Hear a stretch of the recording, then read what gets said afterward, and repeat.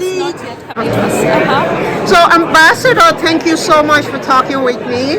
We just wrapped up the 5th anniversary of the DFC birthday anniversary. So, talk to me. You've been here all day. You spoke on a panel on what you want the DFC to deliver for Tanzania as well as for Africa, and you've listened to other panelists as well as the Secretary of State, Secretary Blinken, that just delivered remarks.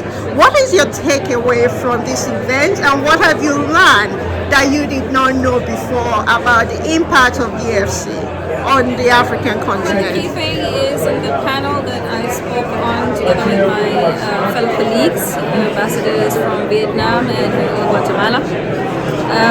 Essentially, we're sharing what the DFC is doing as well as our aspirations going forward. And from listening to the different panels and showcasing financial partners of the DFC, private sector beneficiaries of the DFC, we have the architects of the Build Act that created the DFC. It's been an opportunity to better appreciate the scope with which the DFC can operate.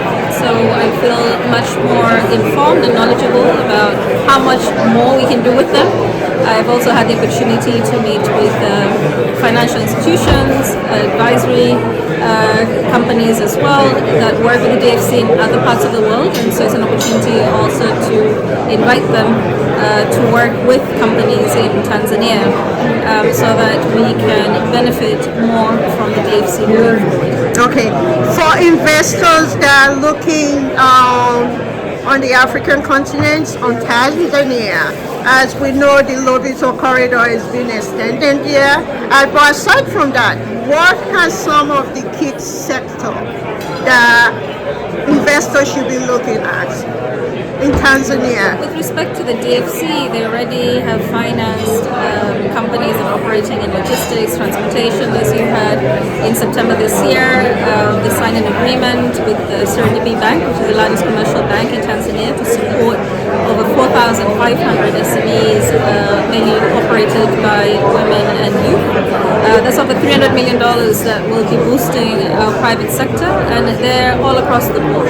Today we had about their strategic focus areas that includes infrastructure, renewable energy, agriculture is also a beneficiary, and manufacturing is something that we care about, not just for agriculture but also critical minerals, which we heard about earlier today. All of these areas are relevant for Tanzania, and therefore we welcome global private sector, not just the US private sector, including the Tanzanian private sector, to leverage the opportunities and the instruments that the DFC offers so they can invest more in Tanzania and through Tanzania to the countries, the 8 countries that we border in East, Central and Southern Africa.